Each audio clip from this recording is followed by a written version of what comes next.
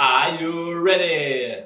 You can see how many participants already in the gates, and we arrived in them 5 minutes just before the start. Results of prologue define in which gate you're going to start the race, and we finished prologue at 256 position, which allowed us to start in the second wave of the race. Actually, I forgot a few things to cover, and one of those were how I found Nicky to participate in this race.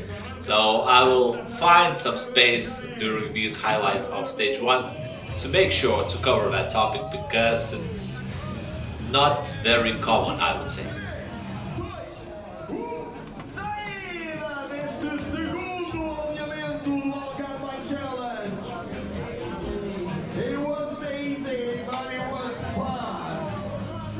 If you're watching my highlights or onboards for the first time, you probably will get a bit of a clutter. In the top bar you can see the progress, where on the left is a lap time, and on the right you can see the distance remaining and overall distance, while in the center there is a progress bar which indicates where we are at the grand scheme of things of the stage. Not even 3 kilometers into the race, one team participated in the crash. Actually, one person of the team appeared to went out of the road and hit some object on the left, so the race was over for them, unfortunately. But that's just an indication that no matter how good you are, you don't know what others might do in the course, and you have to be extra precautious, especially in those massive starts. While it was very tempting to go full speed with those guys on a side, I noticed that Nicky is already behind, so for that reason I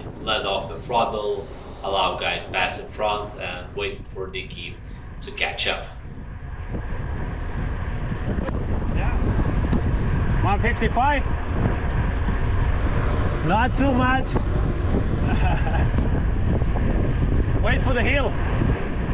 You can see that I am calling Nicky to come closer towards my wheel, but whenever he got closer, unfortunately I put too much throttle, and then the gap opened once again. I'm on 166. So you need to keep my pace all the time, because if not I will bonk and then you will wait for me 10 minutes on the climb, because I know myself. So there's two options: or you go full gas and wait in front of the No. checkpoint. We are doing it all together. Okay. We knew how it might be, so it was not an issue, just a bit strange to not go full gas.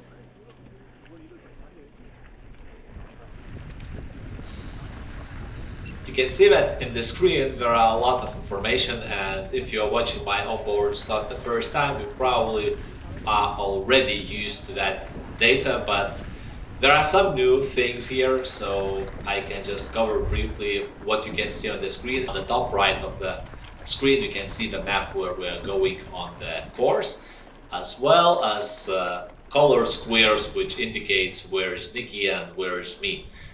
I'm top 10 if you don't know yet. All good? Fuck you! Fuck you, motherfucker! That means all good. Hey, if I can still talk, it's good. Overtaking me, fuck's sake. No, now is the time I can buy time. Because on uphill I cannot buy time.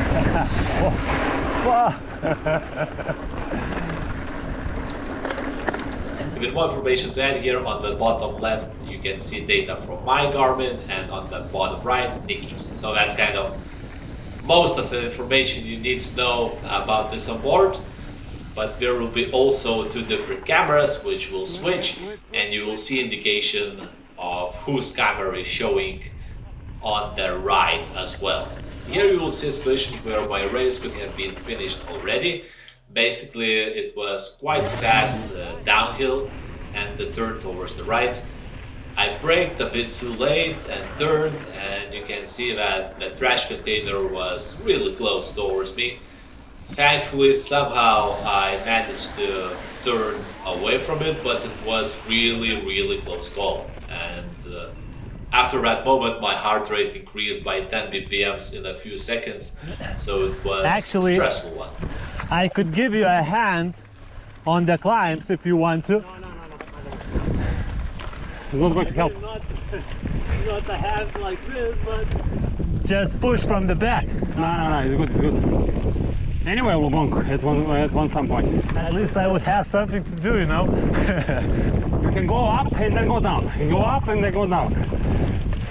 Or you can go fuck yourself. Ah, Wait. I'd rather push you than fuck myself.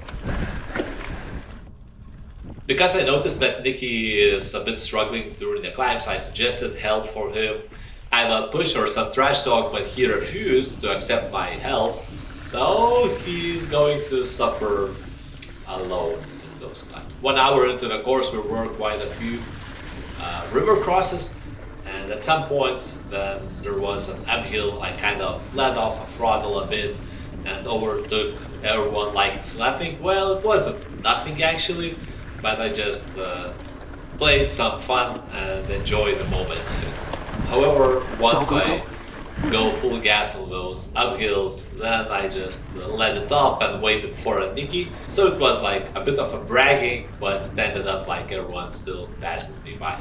Normally when I see someone stopping by, I always ask maybe they need some help, just because it's the way we should all behave in the race. Because racing is secondary after all, actually. You could have seen how Nicky overtook me, but just take a look at the heart rate data of mine and his. It's 40 beats the difference, so... Come on, Thomas! Bora, Nicky! Let's go, Thomas! Bora! I forced a bit towards the food point to get some water and maybe even some snack. No, probably I haven't took it. And then we finally 1 hour and 40 minutes into the course hit some single tracks. Basically, even though we were not in single tracks up to this moment most often, apart from the fact that we were already 800 meters of elevation up. You can see that information at the top right corner below the map. So the first number at the top is how much we gained elevation, and the bottom one is how much we lost. Despite the fact that there were quite a lot of uphills and going downs, there were still not that easy downhills, so they were loose and you had to pay attention quite a lot. And as mentioned, there were a lot of river crosses, and you can see that everyone chooses different line. And if someone is in front, you kind of wait until he gets that splash and try to either follow him, or if it goes wrong for him, choose a different line.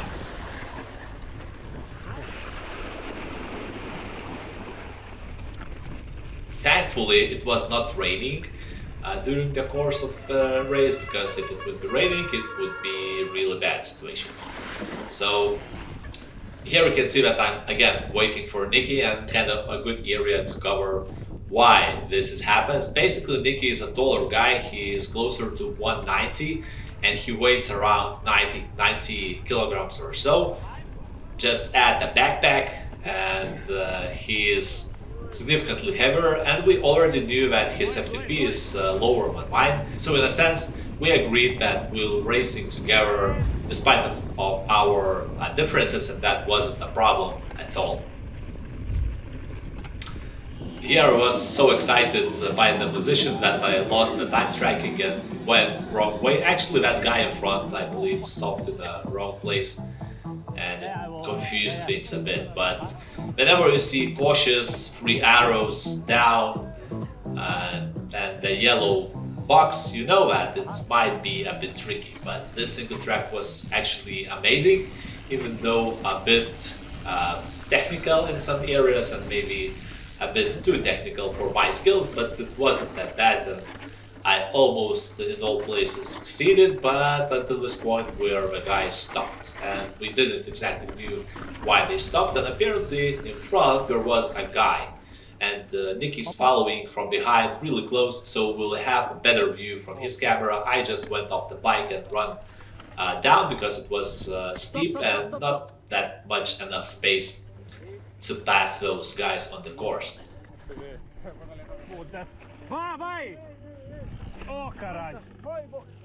You can see that if someone is struggling in front, you're struggling as well, unless that one who's struggling passes you by. It's not always the case here.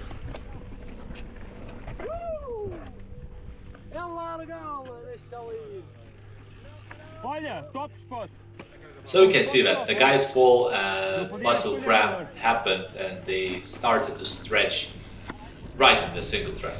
Is it a good idea? Make a judge on your own. As usually, camera doesn't portray what you have in the area, and it was really narrow section. I wouldn't say it was steep on the left, but there was all sort of ups and downs and narrow areas and stones and rocks and stoppages like this.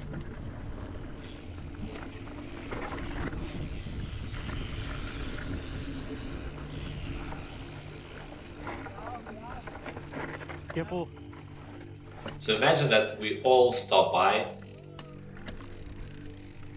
and there still must be the guy who thinks he's smarter than everyone else and he just goes in front. Well, good luck for him, because this was quite long single track without mostly no area to overtake. And here the chain almost dropped from the cassette. Basically just dropped down a lot of sprockets, and in order not to break the chain, I decided to just go off the bike and make sure to put it on. But it actually didn't even drop completely, so it was an easy fix. That is the reason why I said it's great that it was not raining during the event. Actually, I arrived at Tavira a week before I went, and it was pretty much raining a few days fully. So we were lucky that the rain happened a few days before the event and not during that. You can see that Nicky went the same pathway like I did, on foot, just because if someone stops in such area, it's really tricky to go or follow it afterwards. But sometimes my patience gets low, and on single tracks where everyone is either trying to conserve energy or just don't keep up with the pace, if there is a place, I overtake them. Simply because if someone is faster than you in front, you have a hard time to catch him and you can just go at your own pace. However, if someone is slower in front of you, you just have to make a risk in order to overtake him or just keep the distance. But if he's not comfy, then you are going to have a hard time. Because I knew that the single track might take some time, I stopped to wait for Nicky. Simply because if someone stops, you stop as well, and the gap can open really big. Vamos, vamos, vamos, Nicky! So Nicky wasn't very happy about the guys stretching their muscles, but what you can do. Sometimes, if possible, you can make an overtake. It's not always possible. But probably one of the most annoying things when going into single track is when someone goes off the bike and what line does he chooses? Not always possible to explain it. You can see that here I maxed out at 185 ppms, and it was my maximum on the race day. But I simply had not enough patience to go afterwards. And I actually knew that in front, because there was a markup in front, there's going to be a foot point, so I just rushed in front. And Nicky again wasn't very happy about that single track. Actually, to make it proper, it wasn't about the single track itself. Single track was amazing, but the way people behave and don't care about everyone else. Mistake, but okay. Yep, sometimes happens that I also make a queue, but thankfully it's more like a rare occasion than a rule.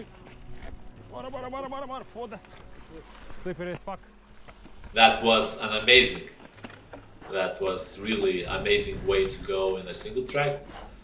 Like, Like a spider. like it would be faster that way. No, it's not. If you go off a bike and you run, you could get the same distance twice faster, and that's kind of it.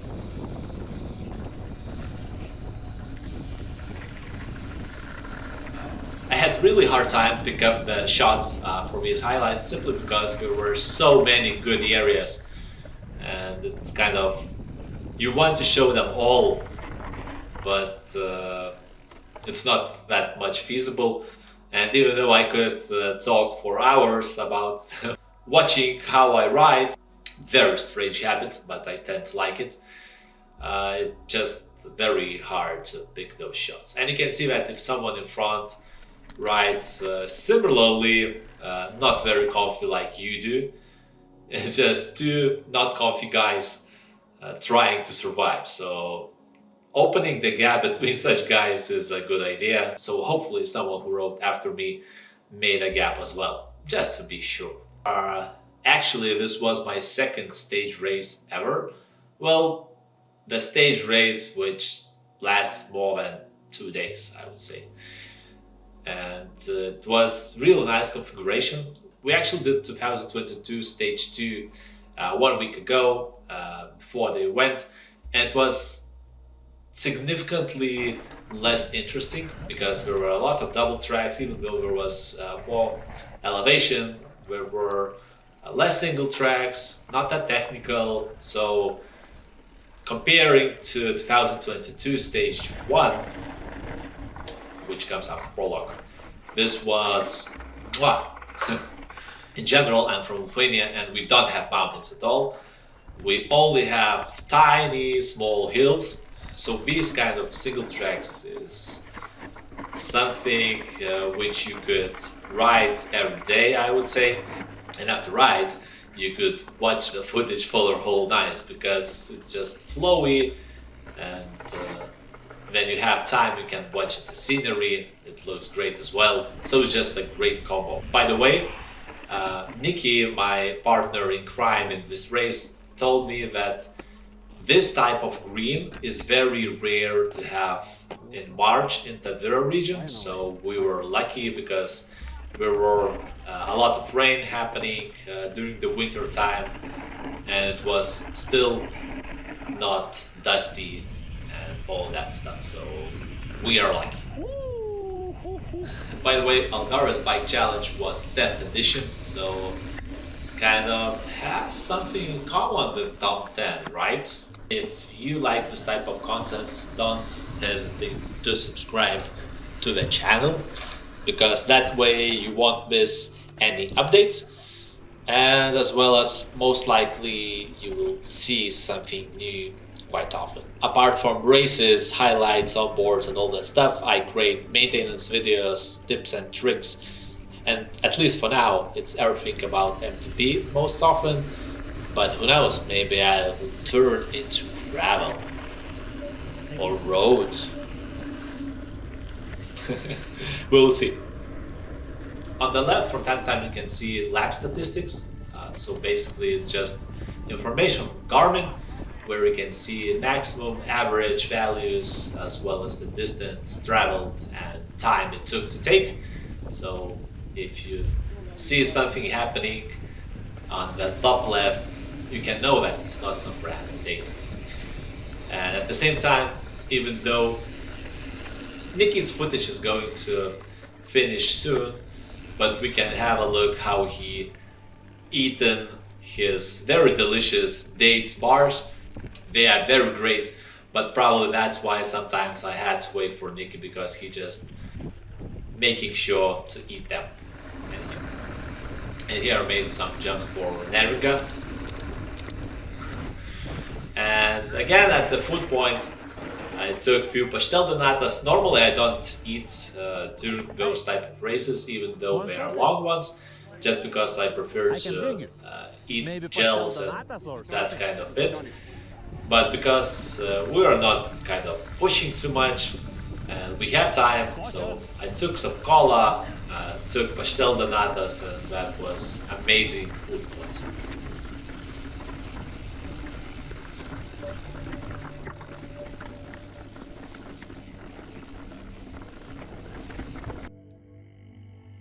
Again, camera doesn't portray the beauty of his surroundings.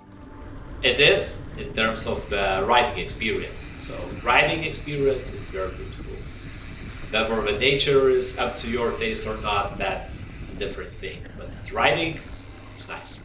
Especially when you have some technical features, then you're not only riding full gas, but have to think about as well. And here was a very tricky place where Nicky almost hit his left hand with handlebar to the rock, so it was a lucky moment for him. And in general, the course was marked up perfectly. Sometimes there was arrows with a chalk on the ground. They were visible all the time, but somehow I just missed that one.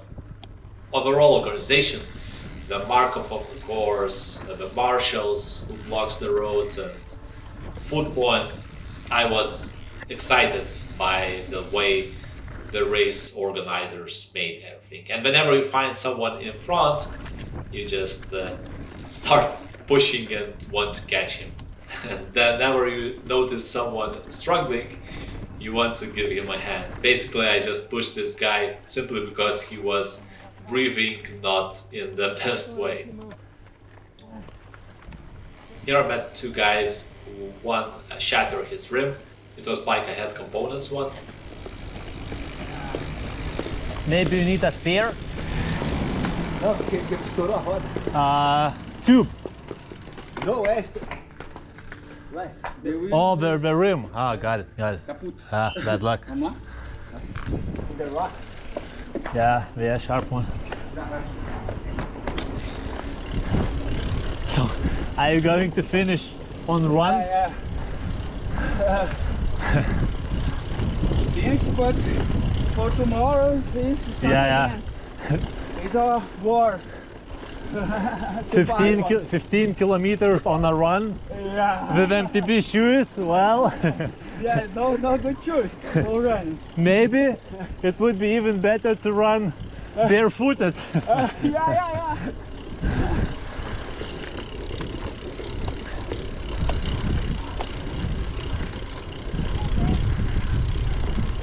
How many kilometers to finish? I believe 13, 14, something like that. Okay, yeah, it's not too much. Yeah, good luck, guys. Thank you. So you can see how his colleague pushed his bike while riding it himself. So yeah, these guys had some time to consider what to do with their race, and I'm not exactly sure how they finished, but I saw them at the race center, so they reached the final destination somehow. Wonder what was the problem with bike ahead components rim, but maybe he just hit the rock badly and that was kind of it. Here was a station where we noticed that our participants stopping us. So stopper.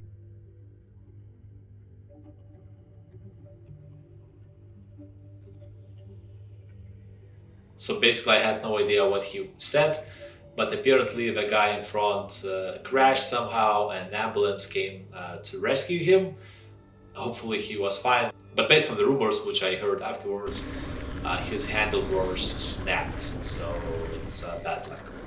And yeah, about the Nicky, because his camera is already went off and he is just riding somewhere from behind. We met in Instagram, yeah, you heard it. At some point we just followed each other on social media, made some chats, etc. And then I was planning my winter escape. I asked him about Portugal because he's actually Serbian who lives in Portugal for more than 10 years already. He has Portugal passport and all that stuff. So he is already kind of Portuguese one. So we kind of joked about that, well, yeah, we could participate in Algarve Bike challenge at some point. And the cards shuffled in a way that we actually did it. So it's kind of a nice thing to find like-minded people completely randomly in the network of social media and then just meet together, greet, have a great time. It just proves the point that there are no boundaries. You can meet others, and you can even do such crazy thing like riding MTB stage race together in a pair. And actually, it was going really well up to the point where 1 kilometer down, I noticed that Nicky has stopped. So I let off the throttle, waited a bit to see whether I should go back to him or he starts again, and he eventually started. And what has happened is that the nail got into his tires. He was very lucky that it only went into the rubber of the thread, so that was a lucky moment for us. But hopefully, probably Nicky could have run that 1 kilometer on MTB shoes, right, Nicky? But apart from that, there's still one stage remaining, and it's stage 2, where we also had our challenges. And I can just say that Shimano is better than SRAM. Why? You'll figure it out on stage 2. Well, take a look.